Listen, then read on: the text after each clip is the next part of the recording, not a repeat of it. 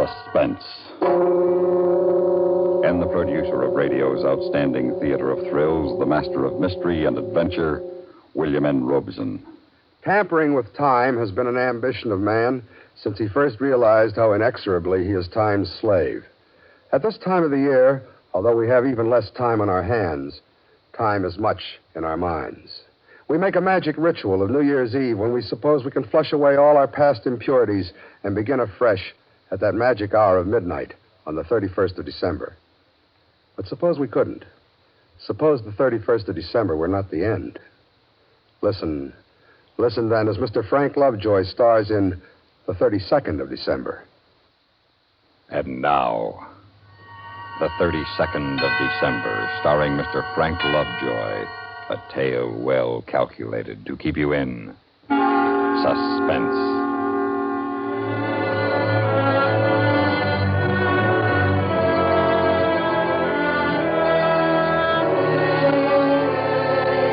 New Year's Eve. As far as I was concerned, when I got up the morning of December 31st, it could stay 1958 forever. The only trouble is time doesn't work that way. Time is a downhill ride in a car with no brakes. You can't stop it even if your life depends on it. And mine did. Joe, your breakfast is getting cold. I'm coming. All I have time for is a cup of coffee anyway. What is this, milk? Don't we ever have anything but milk to put in the coffee? You know we can't afford cream these days. We can hardly afford to eat. Molly, you'll be wearing mink yet. Just give me a little more time. Yeah, you've been saying that ever since we got married. Well, sooner or later, Molly, I'm going to make it. By the way, honey, let me have your ring.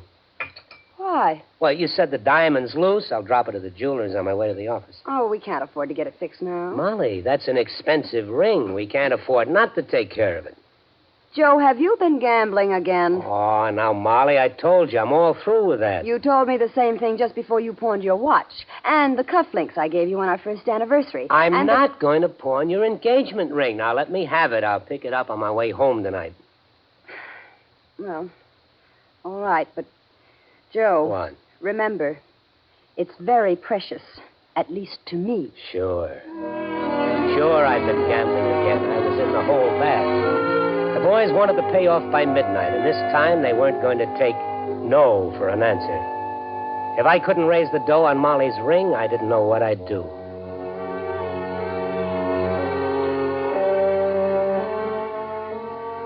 The pawn shop was like any other pawn shop, dirty and gloomy, full of junk, with clocks ticking all over the place.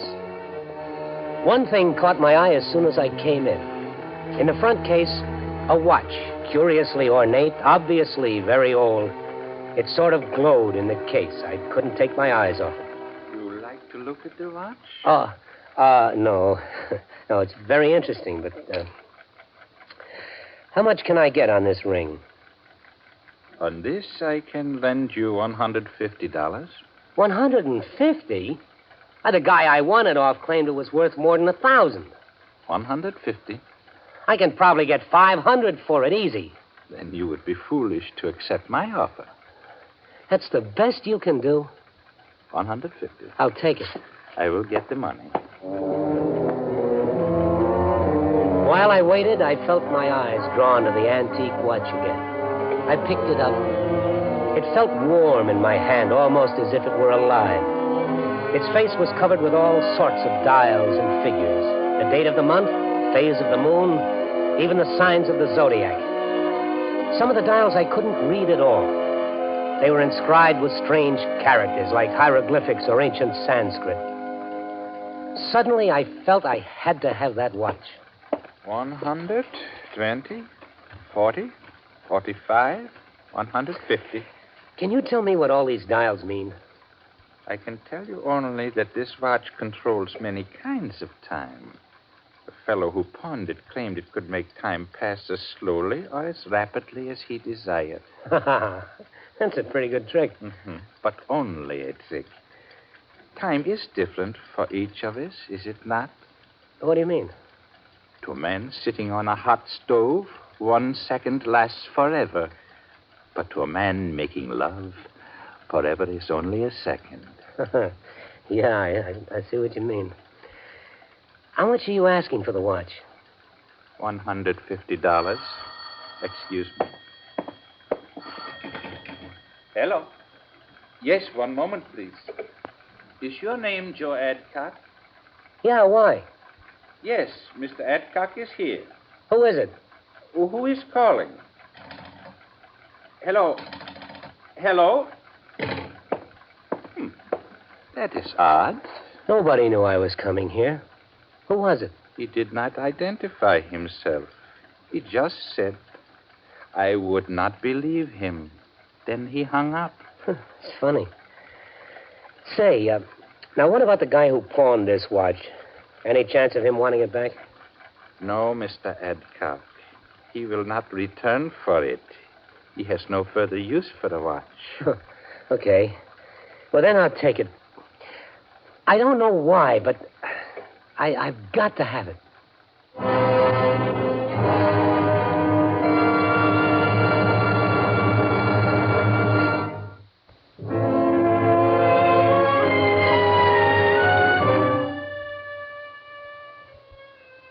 I had no business buying the watch. It was a crazy thing to do. I hadn't walked more than a few steps from the pawn shop when I learned just how crazy. Hold it, Adcock. Well, who are you? Just one of the boys. What do you want? A little talk. Private. In the alley here. But I don't have In it. the alley. Ah, my arm. You got the grand, Adcock? I got until midnight to get it. Yeah, that's right. The boss just wants me to make sure you don't forget. Like last time. Oh, I won't forget, I promise. I'll be waiting for you at midnight. Right here by the pawn shop. Oh, and one more thing. So what is it? This. Oh, That's just to make sure you don't forget. If you don't show up with the dough, there ain't going to be no New Year for you. You understand? yes, I understand. Good. See you at midnight. I had to get back the 150. Maybe I could make a fast killing at the track with it, or something. I had to get it back. Oh, back so soon, Mr. Adcock? Yes, I made a mistake. We all make mistakes. That is life. Look, I've got to have that money back. Here's your watch. My watch, Mr. Adcock? This is your watch. You bought it. But I don't want it. I want the money. A deal is a deal. But you don't understand. It is you who do not understand, Mr. Adcock. To sell the watch, you must find a buyer. I am not buying. Look, you got to help me. Well, will you take the watch and pawn? Of course. That is my business. How much can I get for it? $5. $5? Just a few minutes ago, I paid $150 for it. It is unfortunate that I do not value it so highly now. $5? No, thanks. $5 wouldn't help me. I had to have money, big money. My only chance now was to try to borrow it. I know you've had an account here for years, Mr. Adcock, and of course we like to do what we can for our regular customers, but unless you have some collateral. Well, what kind of collateral? Oh, stocks, bonds, real estate. If I had that kind of stuff, I wouldn't need the loan. 500? Joe, you're crazy. Hey, bartender, another beer. All right, Harry. Make it a C note. Anything. Yeah, well, what about the C note you borrowed last August? Oh, I'll pay you back. Honest. Yeah, I heard that last August. Oh, Harry, how long have you known me? 10 years, I guess. All right, 10 years. Doesn't that count for anything? For a C note, it don't. Oh, but Harry. No. Not a dime. Not a lousy dime. Only one thing left to do.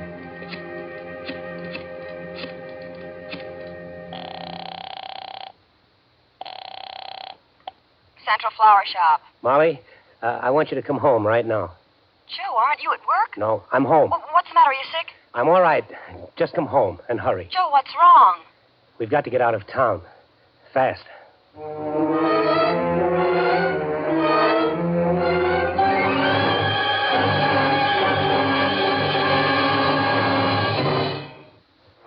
It took only a few minutes to throw everything Molly and I owned into suitcases. I kept looking at the watch, wondering when Molly was going to show up. At the tone signal, the correct time will be 2:30. 2:30? What's keeping her? Well, at least the watch is on time. I wonder when I ought to wind it. Might as well do it right now. If I can figure out which one of these knobs to use. Try this one. What the devil? Where did the sun go? It was shining a minute ago. Now it's snowing. Oh, blasted, I did get the wrong knob. I moved it back to the 28th, so now I've got... Hey, wait a minute. The 28th was Sunday, the day we had the big snowstorm. Could the watch have... Ah, it's impossible. I set it back to the 31st, and I... What the... Now the sun is shining. Did the watch change the day, or am I losing my mind? Maybe I could set it again, test it. Let me see. I was in that pawn shop just before 1 o'clock. I set the hour hand back to 12:45. There. Now we'll see.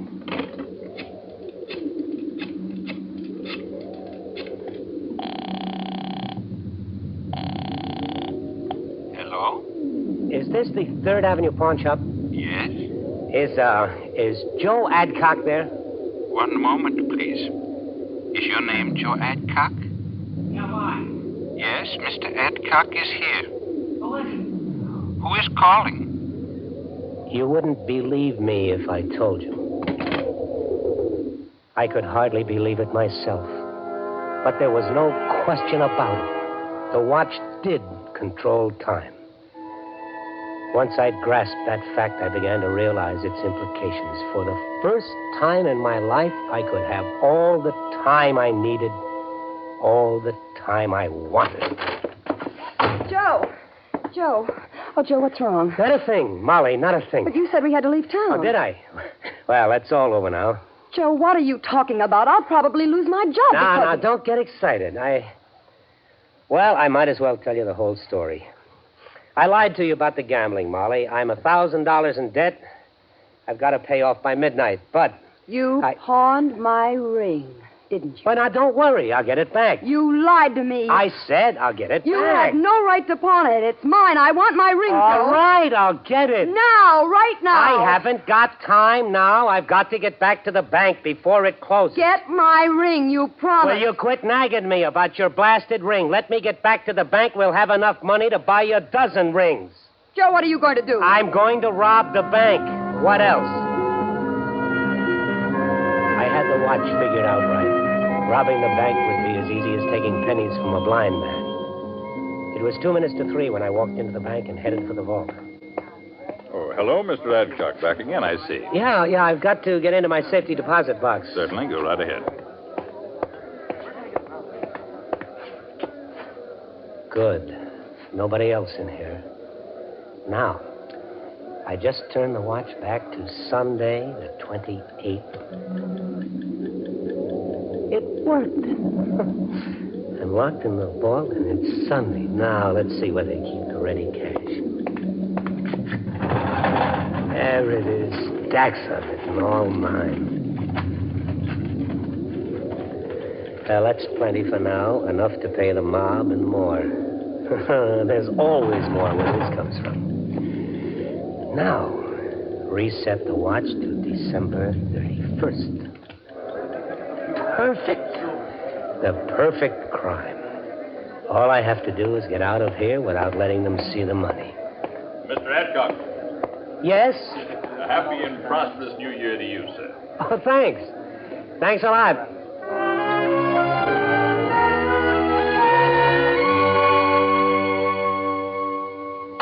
Molly! Hey, Molly. Molly, it worked. We're rich. Have you been drinking? No, not a drop. Here, look at this. Go on. Pick them up. They're real. Joe, these are $1,000 bills. Where did you get them? I robbed the bank. Oh, come on, Joe. I always told you I'd make it big someday. Well, today is the day. Now, you go out and buy yourself a dress. We're going to celebrate New Year's Eve in style.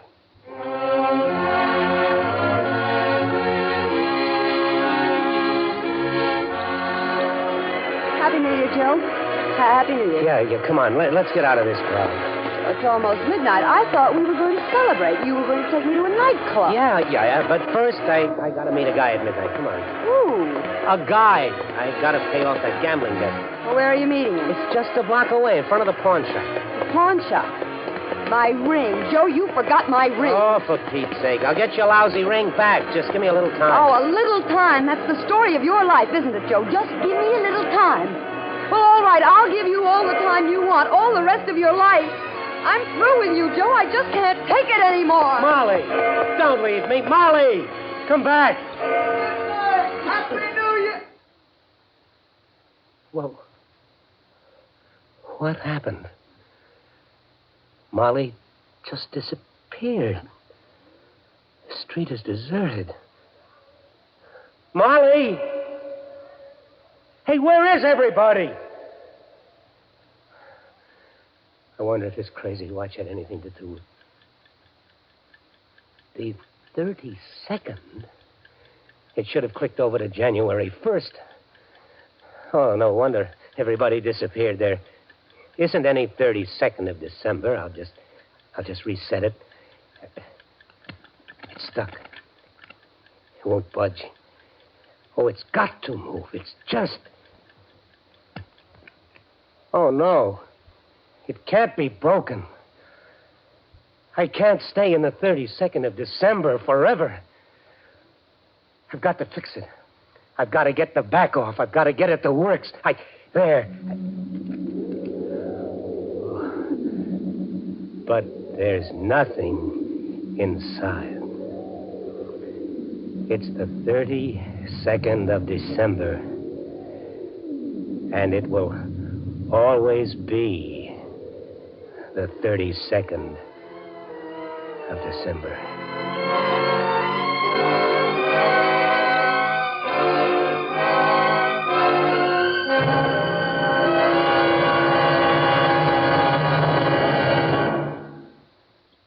Suspense, in which Frank Lovejoy starred in William N. Robeson's production of The 32nd of December, written by Morris Lee Green and William Walker. Supporting Frank Lovejoy in The 32nd of December were Joan Banks, Barney Phillips, Sam Pierce, and Norm Alden. Listen. Listen again next week when we return with another tale well calculated to keep you in suspense.